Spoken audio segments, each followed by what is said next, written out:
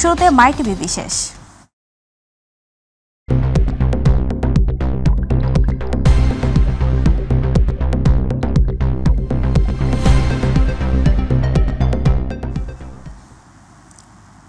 দিনকে দিন দেশের মানুষের মৃত্যুর প্রধান কারণ হয়ে দাঁড়িয়েছে বায়ু দূষণ। প্রতি বছর অন্যান্য কারণের চেয়ে বায়ু দূষণে বেড়েছে মৃত্যুহার। গেল এক সপ্তাহ ধরে বিশ্বের দূষণের শীর্ষে রয়েছে ঢাকা। বায়ু মানে ঢাকার বাতাস মারাত্মক অস্বাস্থ্যকর।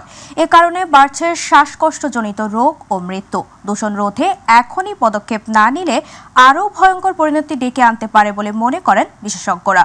ইউসুফ আলীর বিশেষ রিপোর্ট। দিনকে দিন বাংলাদেশে মানুষের মৃত্যুর প্রধান কারণ হয়ে দাঁড়িয়েছে বায়ু দূষণ।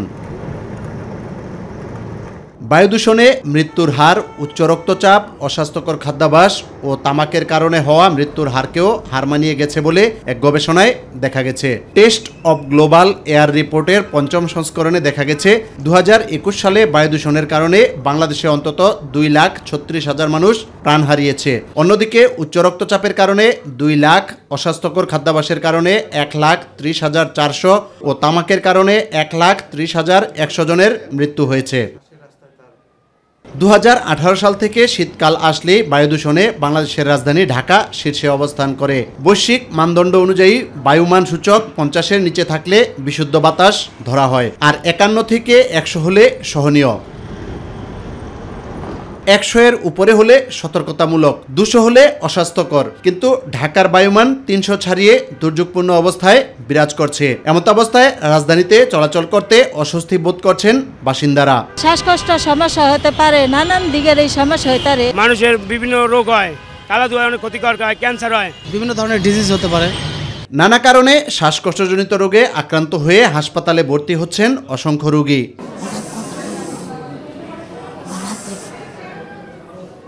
বিশেষজ্ঞ চিকিৎসকের মতে বায়ু দূষণ প্রাকৃতিক কোনো কারণ নয়, মানবসৃষ্ট কারণে তা শীর্ষে অবস্থান করছে।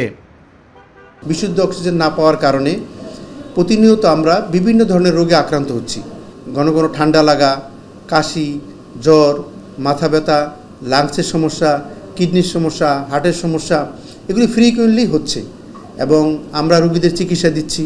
সাময়িক রোগীরা কিছু ভালো হচ্ছে, ১ মাস ২ মাস পর আবার তারা সেই একই সমস্যা নিয়ে আসছে। বায়ু দূষণ রোধে দেশি বিদেশি নানা কারণ উল্লেখ করেন ঢাকা বিশ্ববিদ্যালয়ের এই বিশেষজ্ঞ অধ্যাপক। মেজর সোর্সগুলো কি আমাদের কনস্ট্রাকশন অ্যাক্টিভিটিস, আমাদের যানবাহন থেকে যে পলিউশনটা হয়, ইন্ডাস্ট্রি থেকে যে পলিউশনটা হয়, এবং আমাদের রান্নাঘর থেকে যে রান্না করে সেটার থেকে পলিউশন হয়, এবং ওয়েস্ট যে বার্নিং করে সেইখান থেকে পলিউশন হয়, এবং ট্রান্সবাউন্ডারি পলিউশন হয় আমাদের বাইরের দেশ থেকে যে পলিউশনটা আমাদের দেশে আসে। এই যত পলিউশন ইমিট করে এটা কিন্তু সরকারি প্রতিষ্ঠান করে, কিন্তু খুব বেশি না, কন্ট্রিবিউট করে কিন্তু বেসরকারি ইন্ডাস্ট্রিতে তো মালিক আছে বেসরকারি। তারা এখানে যদি এওয়ার থাকে, সতর্ক হয় যে আমি আমার ইন্ডাস্ট্রি থেকে পলিউশন ইমিট করব না, এর ফাঁকে আবার যদি সরকার বসে থাকে তাইলে হবে না, কারণ সরকারি যে সোর্স থেকে আছে সেগুলোও বন্ধ করতে হবে। আর আলটিমেট দোষটা কিন্তু সরকারের কাছেই যায়, কারণ হলো সরকার হলো রেগুলেটিং অথরিটি। প্রায় ২ কোটি লোকের বসবাসের নগরী রাজধানী ঢাকায় যে হারে বায়ু দূষণ হচ্ছে তা রোধ করতে সরকারি, বেসরকারি ও ব্যক্তি পর্যায়ে উদ্যোগ নেওয়া জরুরি। তা না হলে দিনের পর দিন বিভিন্ন রোগে আক্রান্তে রোগী ও মৃতের সংখ্যা বাড়তে পারে বলে আশঙ্কা করছেন বিশেষজ্ঞরা। ইউসুফ আলী, মাই টিভি, ঢাকা। অন্তর্বর্তী সরকারের উপদেষ্টা আসিফ মাহমুদ সজীব ভুঁইয়ার আশ্বাস পেয়ে রাজধানী মিন্টু রোডে অবস্থান কর্মসূচি থেকে সরে এসেছে বৈষম্যবিরোধী ছাত্র আন্দোলন। বৃহস্পতিবার রাত 12:30টার দিকে বৈষম্যবিরোধী ছাত্র আন্দোলনের মুখ্য সংগঠক আব্দুল হান্নান মাসুদের নেতৃত্বে বাংলা মোটর থেকে রওনা দেন শিক্ষার্থীরা। পুলিশের বাধায় রাত 1:45টার দিকে মিন্টু রোডের মাথায় বসে পড়েন তারা। এরপর সেখানে যান উপদেষ্টা আসিফ মাহমুদ। তিনি বলেন, অস্ত্র উদ্ধারের যৌথ বাহিনীর যে অভিযান হয়েছিল সেটা ইফেক্টিভভাবে যাতে আবার পরিচালনা করা যায় এবং জনগণের জন্য হুমকি স্বরূপ যে অস্ত্রগুলো এখনো বাইরে আছে সেগুলো উদ্ধার করার জন্য আমরা সরকারের সর্বোচ্চ পর্যায় থেকে দ্রুত নির্দেশনা দিব। কোনো ফ্যাসিবাদী শক্তি জনগণের জন্য হুমকি স্বরূপ হয়ে উঠলে তাদের বিন্দুমাত্র ছাড় দেওয়া হবে না বলেও আশ্বস্ত করে আসিফ মাহমুদ আন্দোলনকারীদের ফিরে যাওয়ার অনুরোধ করেন। পরে আন্দোলনকারীরা মিন্টু রোড ছেড়ে চলে যান। সেগুলো দ্রুত উদ্ধার করার জন্য আমরা সরকারের সর্বোচ্চ পর্যায় থেকে নির্দেশনা দিব এবং আপনারা খুব দ্রুতই এর দৃশ্যমান সাফল্য দেখতে পাবেন। শিক্ষার শিকড় বা শিক্ষার হাতেখড়ি প্রাথমিক বিদ্যালয়, সেই প্রাথমিক বিদ্যালয়ের করুণ অবস্থা। অতি ঝুঁকিপূর্ণ ও ঝরাজীর্ণ হওয়ায় জেলার ২৬টি বিদ্যালয়ের ভবন পরিত্যক্ত ঘোষণা করায় খুঁড়িয়ে খুঁড়িয়ে চলছে কোমলমতি শিক্ষার্থীদের প্রাথমিক শিক্ষা। অথচ সাজানো একটি ফুলের বাগানের মতো হওয়ার কথা প্রতিটি প্রাথমিক বিদ্যালয়। প্রতিনিধি আজিজুল হাকিমের রিপোর্ট, জানাচ্ছেন আতিকুর রহমান তিতাস। মানিকগঞ্জ জেলায় ৬৫০টি সরকারি প্রাথমিক বিদ্যালয় রয়েছে। এর মধ্যে ৬টি উপজেলার ২৬টি বিদ্যালয়ের ভবন ঝুঁকিপূর্ণ ও জরাজীর্ণ হওয়ায় পরিত্যক্ত ঘোষণা করা হয়েছে। তবে বিদ্যালয়ের অন্য ভবন ও টিনের ঘরে চলছে পাঠদান। শ্রেণীকক্ষের সংকট আর অবকাঠামোগত দুরবস্থায় কাঙ্ক্ষিত শিক্ষা থেকে বঞ্চিত হচ্ছে কোমলমতি শিক্ষার্থীরা। আর শিক্ষার মৌলিক চাহিদা পূরণ করতে গিয়ে প্রতিনিয়ত চ্যালেঞ্জের সম্মুখীন হতে হচ্ছে শিক্ষকদের। ঝুঁকিপূর্ণ ও জরাজীর্ণ বিদ্যালয়ের ভবনে ছোট বড় ফাটলও দেখা দিয়েছে, আর ছাদ ও দেয়ালের প্যালেস্তার খসে পড়েছে। ৩টা শ্রেণীকক্ষ ছিল, একটা অফিস কক্ষ ছিল। 3টা শ্রেণীকক্ষের মধ্যে 2টা পরিত্যক্ত ঘোষণা করা হয়েছে কিছুদিন যাবত। যদি আবহাওয়া খারাপ দেখি, তাদের অনেক সময় আগে ছুটি দিতে হয়। যে ওখানে ঝুঁকিপূর্ণ ভবন বেঁধে ওখানে ক্লাস আমরা নিচ্ছি না। নান্দনিক ভবন যদি থাকে, সমস্ত উপকরণ যদি সেখানে বিদ্যমান থাকে, তাহলে শিশুরা আনন্দের সাথে শিক্ষা গ্রহণ করতে পারে। এছাড়া ভবনের বিভিন্ন দেয়াল দেবে গেছে এবং পালেস্তার খসে পড়ে রডও বেরিয়ে পড়েছে। কাঙ্ক্ষিত শ্রেণীকক্ষ সংকটে পুরনো টিনশেড ঘরে কোনো রকম চলছে পাঠদান, তবে সেটিও ঝুঁকিপূর্ণ হওয়ার ফলে শঙ্কিত অবস্থায় দিন কাটাচ্ছে কোমলমতি শিক্ষার্থীরা। উপরে টিনগুলো যদি পড়ে যায় তাহলে একটু ভয় থাকে আমাদের, আমরা আহত হতে পারি, শিক্ষকরা আহত হতে পারে। জোরে যদি বাতাস হয় তাহলে আমাদের ভয় লাগে যদি টিন আর কি খুলে পড়ে যায়। বৃষ্টির দিনে বৃষ্টি আসলে জল পড়ে, মাঝে মাঝে ভয় করে যদি ভেঙে পড়ে।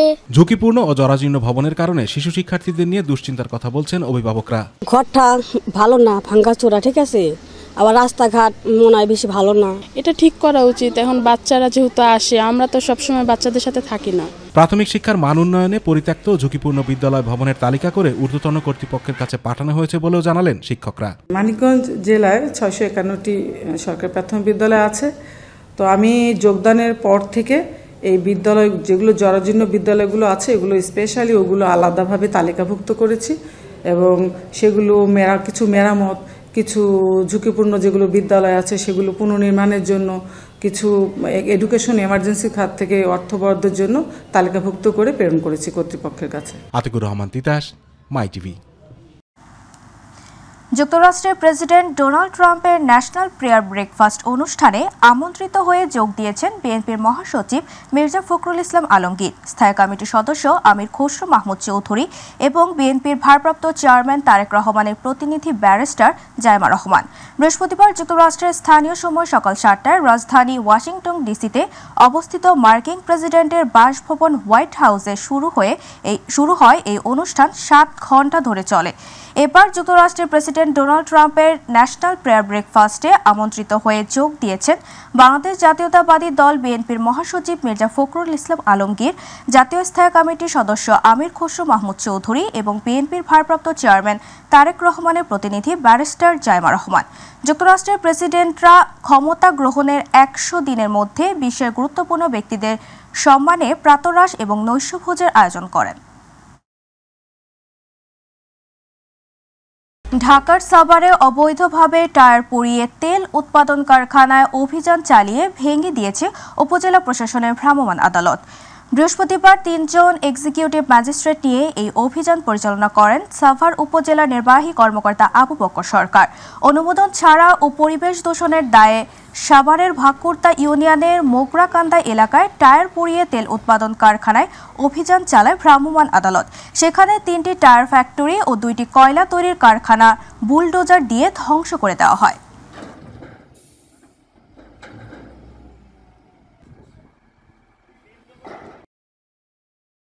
নাটোর জেলা আওয়ামী লীগের কার্যালয় বুলডোজার দিয়ে গুড়িয়ে দিয়েছে জাতীয় নাগরিক কমিটি ও বৈষম্য বিরোধী ছাত্র জনতা। বৃহস্পতিবার নাটোর শহরের কান্দিভিটুয়া এলাকায় আওয়ামী লীগের অস্থায়ী কার্যালয় ভেঙে ফেলা হয়। এ সময় বিক্ষুব্ধ ছাত্র জনতা বিভিন্ন স্লোগান দিতে থাকেন। এছাড়া ভেঙে ফেলা দলীয় কার্যালয়ের স্থানে দ্রুততম সময়ের মধ্যে জুলাই স্মৃতি শিশু পার্ক করার ঘোষণা দেন বৈষম্য বিরোধী নেতারা। এর আগে নাটোর 2 আসনের সাবেক সংসদ সদস্য শফিকুল ইসলাম শিমুলের আলোচিত জান্নাতি প্যালেসে অগ্নিসংযোগ ও ভাঙচুর করা হয়।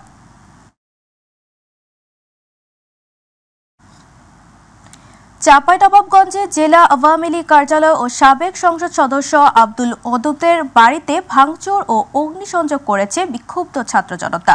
বৃহস্পতিবার ফ্যাসিবাদ বিরোধী বিক্ষোভ মিছিল শেষে ভাঙচুর ও অগ্নিসংযোগ করা হয়। প্রত্যক্ষদর্শীরা জানান, নবাবগঞ্জ সরকারি কলেজের সামনে থেকে ফ্যাসিবাদ বিরোধী বিক্ষোভ মিছিল বের করে ছাত্র জনতা। মিছিলটি শহরের বিভিন্ন এলাকা ঘুরে সবুজ সংঘের মোড়ে গিয়ে শেষ হয়। সেখানে আওয়ামী লীগ অফিসে ভাঙচুর ও অগ্নিসংযোগ করা হয়। সবুজ সংঘের কাছের চাঁপাইনবাবগঞ্জ ৩ আসনের সাবেক সংসদ সদস্য আব্দুল ওদুদের বাড়িতেও ভাঙচুর ও অগ্নিসংযোগ করা হয়।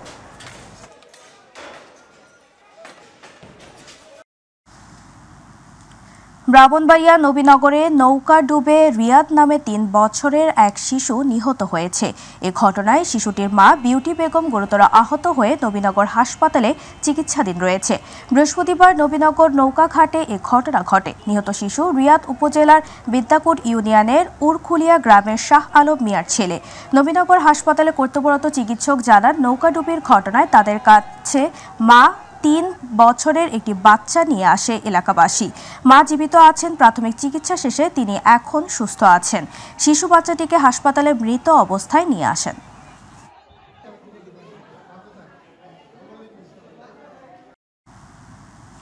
গাজীপুরে শ্রীপুরের রাজেন্দ্রপুর রেঞ্জ অফিসে হামলা এবং নারী বন কর্মকর্তাকে লাঞ্ছিতের অভিযোগ উঠেছে। হামলাকারীরা অফিসের কম্পিউটার, ল্যাপটপ, চেয়ার টেবিল এবং গুরুত্বপূর্ণ কাগজপত্র তছনছ করেছে। তাদের হামলায় বাংলো চৌকিদার আক্তার হোসেন আহত হয়। দুপুরে ঢাকা বন বিভাগের অধীন রাজেন্দ্রপুর রেঞ্জ কর্মকর্তার কার্যালয়ে এই ঘটনা ঘটে। এ সময় এক রেঞ্জ কর্মকর্তা জানান, সহকারী সংরক্ষণ নাসিমা আক্তার অফিসে কাজ করছিলেন। দুপুরের দিকে স্থানীয় আজকর আলী এবং নজরুল ইসলামের নেতৃত্বে ৩০ থেকে ৪০ জন লোক লাঠি সোঁটা নিয়ে হঠাৎ করে অফিসে এসে ভাঙচুর চালায়। এ সময় তারা নারী বন কর্মকর্তা নাসিমা আক্তারের কক্ষে অবরুদ্ধ করে রাখে। পরে হামলাকারীরা অফিসে ভাঙচুর চালায় এবং কাগজপত্র তছনছ করে।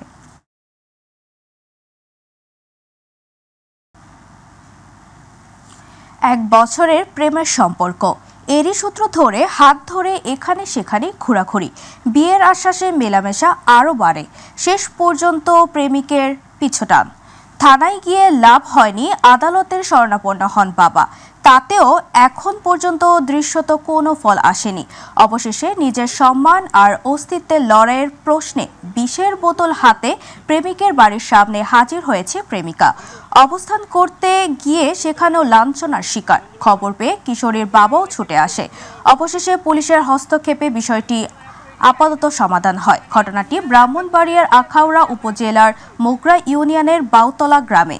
প্রেমিকার অবস্থান নেওয়ার পর প্রেমিকের বাড়িতে থাকা লোকজন পালিয়ে যায়। আখাউড়া থানার অফিসার ইনচার্জ সমিউদ্দিন জানান, খবর পেয়ে সেখানে পুলিশ যায়। মেয়েটিকে তার বাবার জিম্মায় দেওয়া হয়েছে। এ বিষয়ে যেহেতু ধর্ষণ মামলা দায়ের হয়েছে, সে অনুযায়ী বিষয়টি প্রক্রিয়াধীন থাকবে। ২০২৪-২৫ অর্থ বছরে তেল জাতীয় ফসল উৎপাদন বৃদ্ধি প্রকল্পের আওতায় মাদারীপুরের কালকিনিতে মাঠ দিবস, কৃষক সমাবেশ ও কারিগরি আলোচনা সভা অনুষ্ঠিত হয়েছে। বৃহস্পতিবার উপজেলা কৃষি সম্প্রসারণ অধিদপ্তরের আয়োজনে উপজেলার পূর্ব এনায়েতনগর ইউনিয়নে অনুষ্ঠানের প্রধান অতিথি ছিলেন জেলা প্রশাসক ও জেলা ম্যাজিস্ট্রেট মোসাম্মদ ইয়াসমিন আক্তার। মাদারীপুরের খামারবাড়ি উপপরিচালক ডিএই ডক্টর সন্তোষ চন্দ্র চন্দ্রের সভাপতিত্বে অনুষ্ঠানে উপজেলা নির্বাহী কর্মকর্তা উত্তম কুমার দাস, উপজেলা কৃষি কর্মকর্তা মিল্টন বিশ্বাস উপস্থিত ছিলেন। পঞ্চগড়ে ছাত্রদলের মার্চ ফর জাস্টিস পালিত হয়েছে। বৃহস্পতিবার মকবুলার রহমান সরকারি কলেজ শাখা ছাত্রদলের আয়োজনে কলেজের শহীদ মিনার চত্বর থেকে একটি মিছিল বের করা হয়। মিছিলটি কলেজের প্রশাসনিক ভবন সড়ক দিয়ে অধ্যক্ষের কার্যালয়ের সামনে গিয়ে শেষ হয়।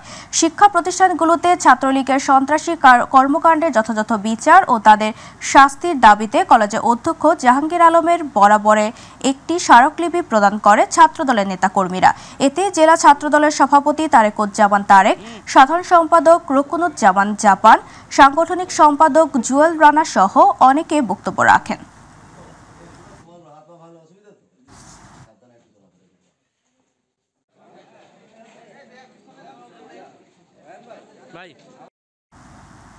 খুলনা মহানগর বিএনপির আহ্বায়ক শফিকুল আলম মনা বলেছেন, দেশে প্রতিটি সংকটে বাংলাদেশ জাতীয়তাবাদী যুবদল অগ্রণী ও সাহসী ভূমিকা রেখেছে। পতিত হাসিনা সরকারকে বিদায় করতে রাজপথে যুবদল যে সাহসী ভূমিকা রেখেছে তা দেশের মানুষের মনে রাখবে। তিনি বলেন, খুলনা মহানগর যুবদল হবে সুগঠিত ও সুশৃঙ্খল সংগঠন। কোনো মাদক ব্যবসায়ী, টেন্ডারবাজ ও চাঁদাবাজের জায়গা হবে না। বৃহস্পতিবার খুলনা মহানগর যুবদলের নতুন আহ্বায়ক কমিটির দাওয়ায় বিএনপির চেয়ারপারসন বেগম খালেদা জিয়া ভারপ্রাপ্ত চেয়ারম্যান তারেক রহমানকে অভিনন্দন জানিয়ে আনন্দ মিছিল পরবর্তী সমাবেশে প্রধান অতিথির বক্তব্যে তিনি এ কথা বলেন।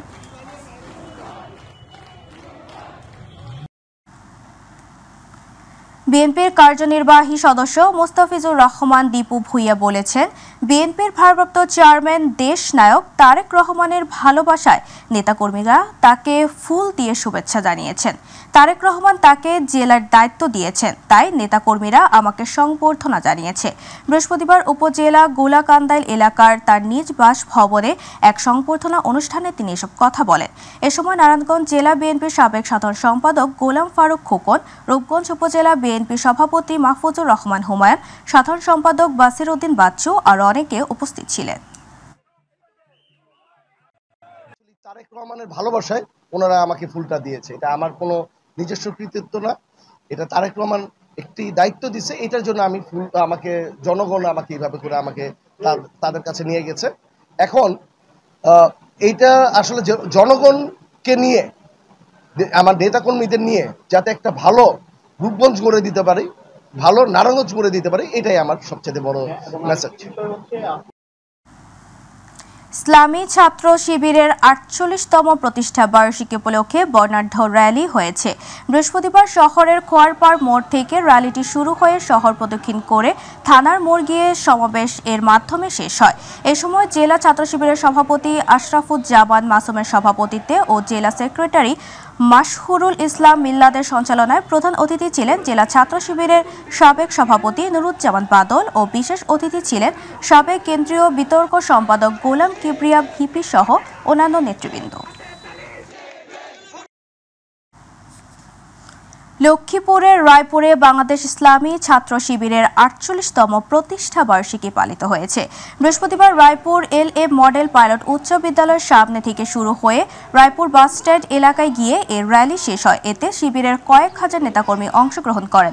র্যালিতে শিবিরের লক্ষ্মীপুর জেলা সভাপতি আব্দুর রহমান ছাড়াও শিবিরের শহর সভাপতি আব্দুল আওয়াল রাসেল, শহর সভাপতি ফজলুল করিম, সাবেক জেলা সভাপতি সাইফুদ্দিন রাকিব সহ বিভিন্ন স্তরের নেতাকর্মীরা উপস্থিত ছিলেন।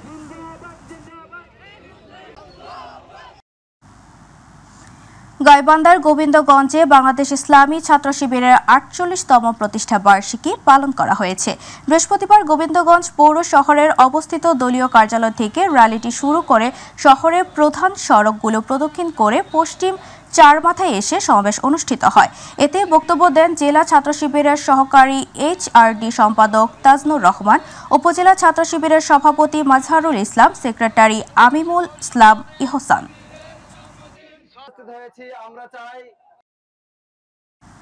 প্রবাসীদের নানা সমস্যার সমাধান শেরপুরে ওয়েজ অর্নাস কল্যাণ বোর্ড এবং রেজ প্রকল্পের কার্যক্রম অবহিতকরণ বিষয়ক সেমিনার অনুষ্ঠিত হয়েছে। বৃহস্পতিবার জেলা প্রশাসক কার্যালয়ের সম্মেলন কক্ষে এই সেমিনার অনুষ্ঠিত হয়।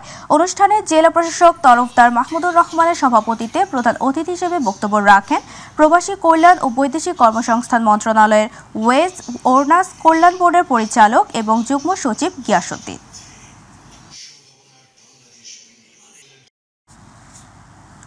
লক্ষ্মীপুর সহ সারা দেশে পেশাগত কাজ করার সময় সাংবাদিকদের ওপর হামলা ও গুলি চালিয়ে হত্যার চেষ্টার প্রতিবাদে মানববন্ধন করা হয়েছে। বৃহস্পতিবার লক্ষ্মীপুর প্রেস ক্লাবের আয়োজনে উত্তর তেমোহনী এলাকায় এই আয়োজন করা হয়। মানববন্ধনে একাত্মতা পোষণ করে জেলা বিএনপি। এ সময় বক্তব্যকালে বিএনপি যুগ্ম মহাসচিব শহীদউদ্দিন চৌধুরী অ্যানি ও জেলা বিএনপির সদস্য সচিব শাহাবুদ্দিন সাবু হামলার সঙ্গে জড়িতদের দ্রুত গ্রেফতার করার দাবি জানিয়েছেন। প্রেস ক্লাবের সভাপতি হোসেন আহমেদ হেলালের সভাপতিত্বে ও সাধারণ সম্পাদক সাইদুল ইসলাম পাবেলের সঞ্চালনায় অন্যান্যদের মধ্যে আরও বক্তব্য রাখেন লক্ষ্মীপুর প্রেস ক্লাবের সাবেক সভাপতি আহম মোস্তাকুর রহমান।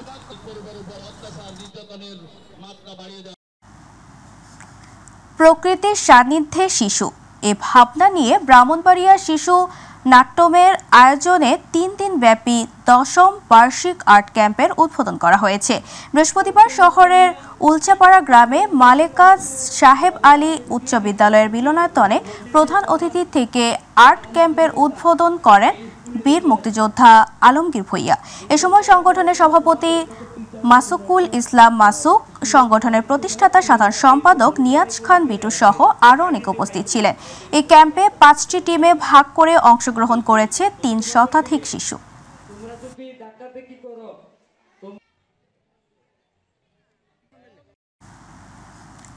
মৌলভীবাজারের জুরিতে সানাবিল ফাউন্ডেশন কর্তৃক সানাবিল লাইব্রেরি ও এডুকেশন সেন্টারের উদ্বোধন করা হয়েছে।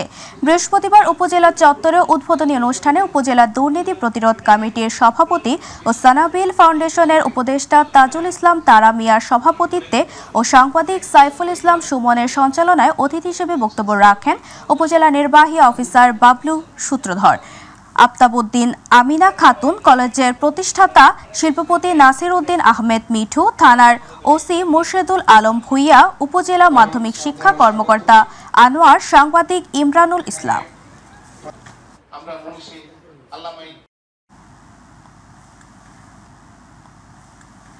তারুণ্যের উৎসব 2025 উদযাপন উপলক্ষে জয়পুরহাট জেলা প্রশাসন ও যুব উন্নয়ন অধিদপ্তরের আয়োজনে যুব সমাবেশ অনুষ্ঠিত হয়েছে। বৃহস্পতিবার জয়পুরহাট যুব উন্নয়ন অধিদপ্তরের উপপরিচালক মতিয়ার রহমানের সভাপতিত্বে বক্তব্য রাখেন জেলা প্রশাসক আফরোজা আক্তার চৌধুরী, পুলিশ মোহাম্মদ আব্দুল ওয়াহাব, জেলা বিএনপির আহ্বায়ক গুলজার হোসেন, ছাত্র প্রতিনিধি হাসিবুল হক সঞ্জিত ও সফল উদ্যোক্তা আবু রায়হান। আলোচনা সভা শেষে প্রশিক্ষণ প্রার্থীদের মাঝে সনদ বিতরণ করেন অতিথিরা।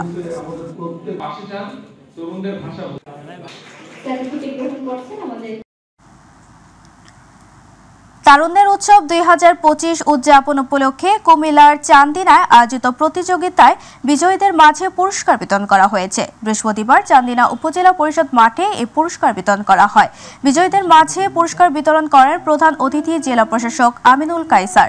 এ সময় চান্দিনা উপজেলা নির্বাহী কর্মকর্তা নাজিয়া হোসেন, উপজেলা প্রকৌশলী রাকিবুল ইসলাম, উপজেলা স্বাস্থ্য কর্মকর্তা আরিফুল ইসলাম সহ আরও অনেক উপস্থিত ছিলেন।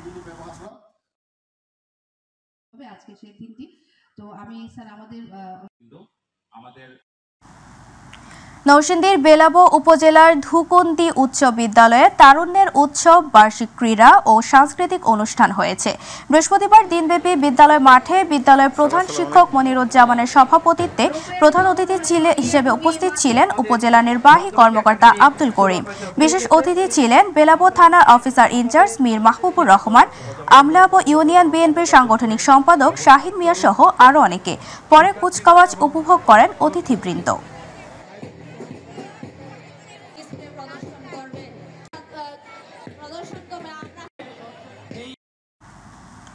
মৌলভীবাজার জেলার জুড়িতে 53তম শীতকালীন বাংলাদেশ জাতীয় স্কুল, কলেজ, মাদ্রাসা ও কারিগরি ক্রীড়া প্রতিযোগিতার পুরস্কার বিতরণ হয়েছে। বৃহস্পতিবার উপজেলা টি.এন. খানম সরকারি কলেজ মাঠে পুরস্কার বিতরণী অনুষ্ঠানে শিক্ষক মনসুরুর রশিদ পলাশের সঞ্চালনায় উপজেলা মাধ্যমিক শিক্ষা অফিসার আনোয়ারের সভাপতিত্বে অতিথি ছিলেন থানার ওসি মুর্শেদুল আলম ভূঁইয়া, টি.এন. খানম সরকারি কলেজের অধ্যক্ষ ফরহাদ হোসেন, একাডেমিক সুপারভাইজার তাহমিনা চৌধুরী।